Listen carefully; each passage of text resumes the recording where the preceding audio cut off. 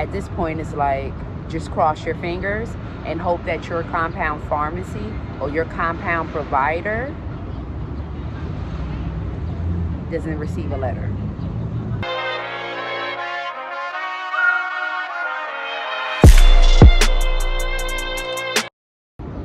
This is breaking news, y'all. Breaking GLP-1 news for the compound community. So it looks like Eli Lilly is sending out another round of cease and desist orders, but specifically not to just research companies. He is hitting the target. Sounds like these cease and desist letters are going to providers,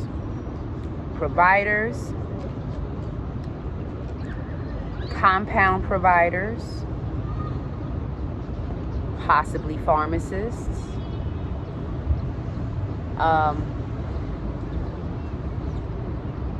It looks like he's moving swiftly and coming for the compound market. At this point, it's like, just cross your fingers and hope that your compound pharmacy or your compound provider doesn't receive a letter. But in my opinion, it looked like it's slowly occurring for providers. So, what does this mean for compound users? This means we need to exercise options. This means that it could possibly be an end to GLP-1 compounds unless there's a medical necessity. Because now the brand name medications are available. They're no longer in shortage. Regardless of what people are claiming, the shortage is over according to Eli Lilly. And now the upcoming news about the release of the vials finally coming to pass. That is a component that will alleviate the lack of accessibility for the medications, for the pen medication, opening up the accessibility with the vials once they are actually distributed within the United States, once they're actually on the market. All of this is strategic planning on Lilly. He had a serious plan on coming for the compounds. I believe Lilly wants compound users, and as stated in one of the initial Lilly letters, he wants the medication, Tirzepatide medication, to come from Lilly. So, whether it's covered by insurance or you're self-paying, wants the medication to come from Lilly. So it looks like he's going through all measures to try to ensure that the future medications are coming directly from Lilly's brand. Now, this is my thinking, okay? Because at the end of the day, if it hits my compound provider, where does that put me, right? I'm currently in maintenance, and I am grateful that I have made it to maintenance in lieu of all that is going on in regard to GLP-1 medication, the availability of them for self-payers, for people who are compound users, such as myself. Here's the thing. If my compound is no longer available, hypothetically speaking, what I'm going to do is I'm going to deviate back to the Zepbound brand, and I'm going to have to pay that extra 150 or 60 so more bucks for the pens until the vials are available, and praying that the savings card continues to work. Because when I did, I believe beforehand it worked. I don't think it should be an issue with it not working now. So then I will be paying $550 for 1 month's supply. Now I'm so used to having a compound, right? So that I can manipulate the dose to accommodate my maintenance and to accommodate me beyond a month.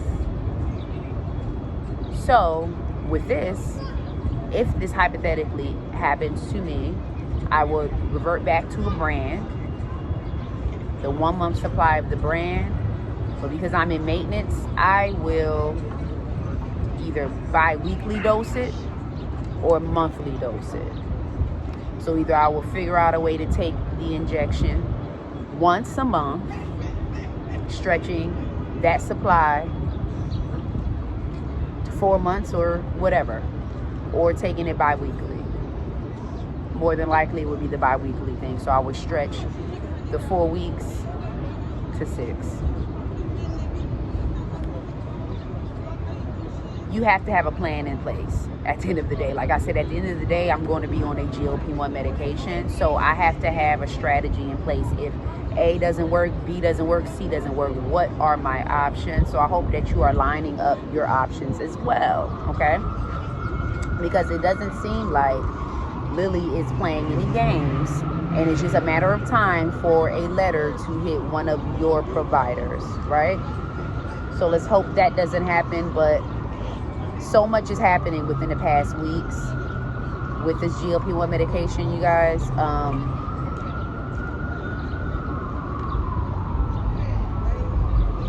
Is the ride almost over?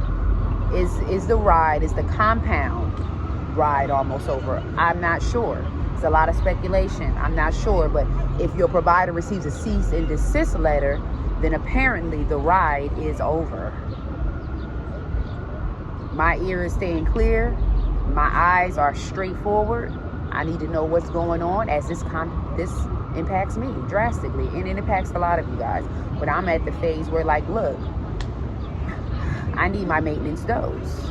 So how are we going to continue to solidify this maintenance dose? So I'm watching like a hawk, and I'm going to do what I need to do to make sure that I continue to maintain on this medication, whether it's going to be the brand medication, pen medication, or going to be the brand vial medication, or it's going to be a compound medication, whoever's left, meaning hopefully my provider is still left. I'm sitting here thinking, okay, I need to hurry up and put a prescription in, because I'm stalling on that. I was waiting to put my prescription in, I believe, next week. Now it's like, okay, do I need to speed that up? Does it need to be put in now? You know, I don't know. I need to have my script in before a letter come out so I can at least have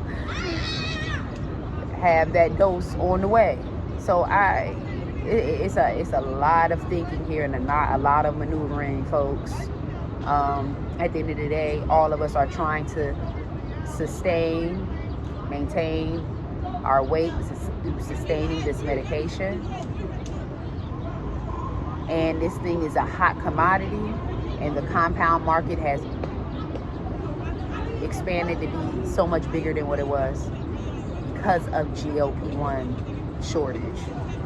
That is technically over now, with all the other things that Lilly has unleashed, such as releasing the vials and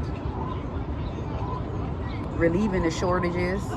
However he did it with his sources and his distributors, he made the shortage appear to be over. Whether we believe it or not, he made it appear to be over. So according to the FDA, it's over. But these are cease and desists from Lilly. I'm thinking, should they be cease and desist from the FDA? It's what I'm thinking. That's when it's really ironclad. I'm not sure. This is just my logic working here, okay? This is cease and desist from Lilly. Lilly has his rights. Is a cease and desist needed from the FDA to back Lilly? Or can Lilly just pull this off? It's governed under the FDA guidelines. So you got to be really technical here. Is it enough with Lilly's power alone? FDA is its own entity of power. So let's sit back and see, what does the FDA say? What does the FDA say? Looking out for notices from the FDA. To me, that's really ironclad.